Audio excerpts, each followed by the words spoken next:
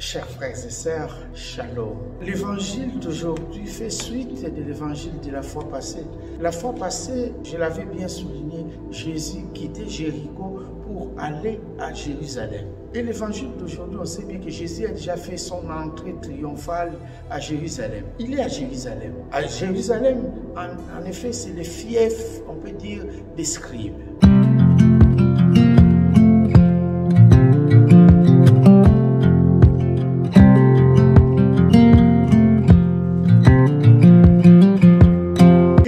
Jérusalem, on nous dit, il y a un scribe avança vers Jésus pour lui demander quel est le plus grand commandement dans la Bible. En fait, pour mieux comprendre, essayons de voir qui est un scribe. Les scribes, en général, disons, c'était des gens qui pratiquaient les Écritures. Ce sont des personnes pieuses.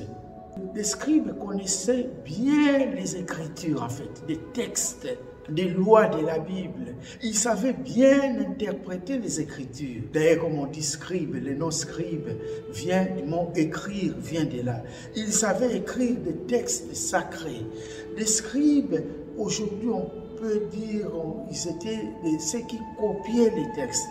On peut aussi les appeler aujourd'hui comme des notaires. Les scribes ils étaient des gens qui savaient très bien interpréter les Écritures. Et c'était une haute classe assez fermée. Voilà, c'était ça les scribes. Et l'un d'eux vient poser cette question judicieuse à Jésus. Quel est le plus grand commandement? Et voilà, Jésus ne l'amène pas très loin. Jésus va évoquer ce que les Juifs, tous Juifs connaissaient. Shama Israël. Écoute Israël.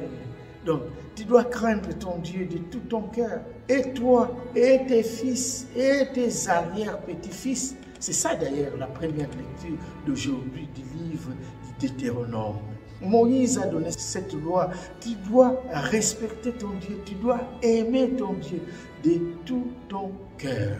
Alors, mais les scribes lui demandent, quel est le plus grand commandement? En fait, il voulait que Jésus puisse donner, voilà le plus grand commandement et les moins de commandements. D'ailleurs, c'est la raison pour laquelle, si on va du côté des pharisiens, ils avaient créé 613 lois pour vraiment distinguer ce qu'il faut observer, ce qui est vraiment à observer et ce qui n'est pas très strict à observer.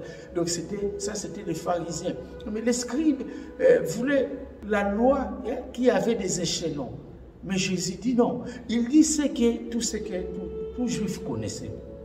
Écoute Israël, Shama Israël. Donc, tu dois respecter ton père, tu dois aimer ton père de tout ton cœur, de toute ton âme. Et voilà, Jésus nous dit ça.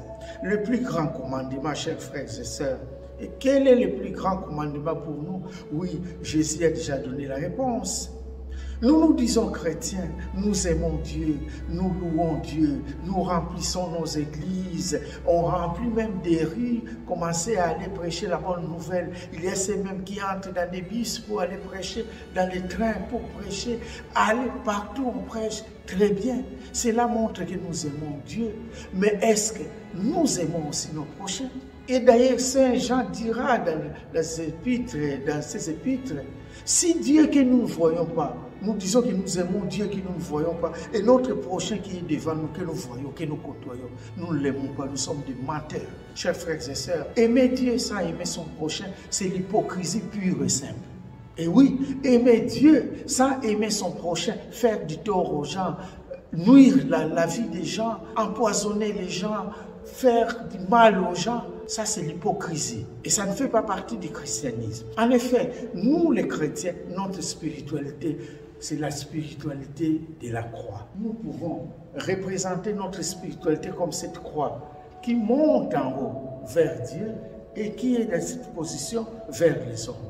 Quand on aime Dieu, on doit nécessairement aimer aussi son prochain. Et quand on dit qu'on aime Dieu et qu'on n'aime pas son prochain qu'on voit là-bas, ça c'est faux.